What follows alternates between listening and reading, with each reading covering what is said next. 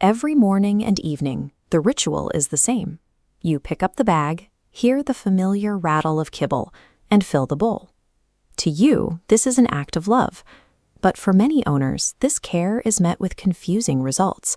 A cat crying at a half-full bowl, sinking into lethargy, or becoming demanding and aggressive when it's time to eat. These behaviors happen because, in your cat's mind, you have never once fed them.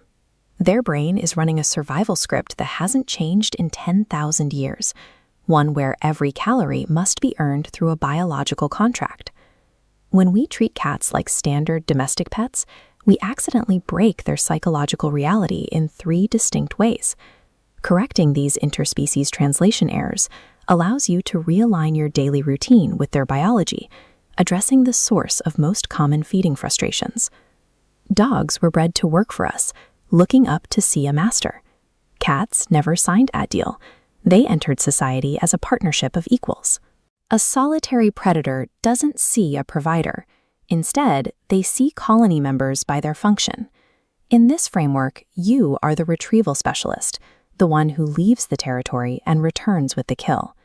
Setting that bowl down confirms the contract is holding, but providing food that appears instantly with no ritual or challenge creates a biological contradiction. When a meal requires no effort, a cat's brain interprets the ease of the kill as a sign that their retrieval specialist has become weak. Because a colony with an ineffective provider is at risk, cats will often try to take control of the resource themselves. This instinctual drive to secure their own survival is what manifests as the demanding or aggressive feeding behaviors owners find so baffling. This evolutionary perspective also explains why cats routinely abandon the edges of a half-full bowl while crying for more. A cat's whiskers function as precision proprioceptors. These sensors are wired directly into the emotional core of the brain, built to catch the faintest shift in air or the twitch of a mouse in total darkness. Putting food in a deep bowl forces these sensors against the walls, flooding the brain with a constant stream of data it wasn't meant to process at that intensity. It is the physical equivalent of trying to eat while someone repeatedly flicks your eyelashes. There is also a survival cost. A cat never buries its face in a hole to eat in the wild. A deep bowl blinds them to their territory at the exact moment they are most physically exposed. The cat abandons the food because continuing has become physically unpleasant. When the feeding ritual causes constant sensory irritation and a loss of situational awareness, the bowl stops being a source of security and starts being a source of tension. Many owners leave dry food out all day, thinking it's generous. However, this endless buffet creates a neurological dead end.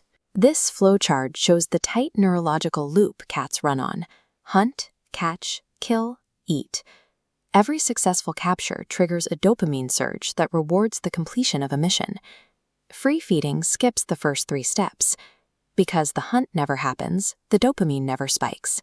The brain misses the satisfaction of the mission. Without the hunt, the territory begins to feel frozen.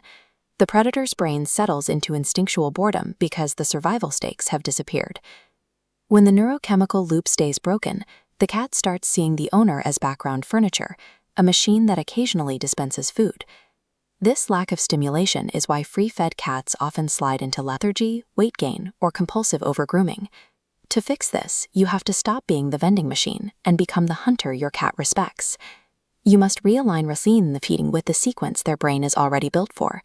This starts with a 5-minute ritual before every meal. Use an interactive wand toy to mimic erratic prey movement, engaging your cat's internal drive.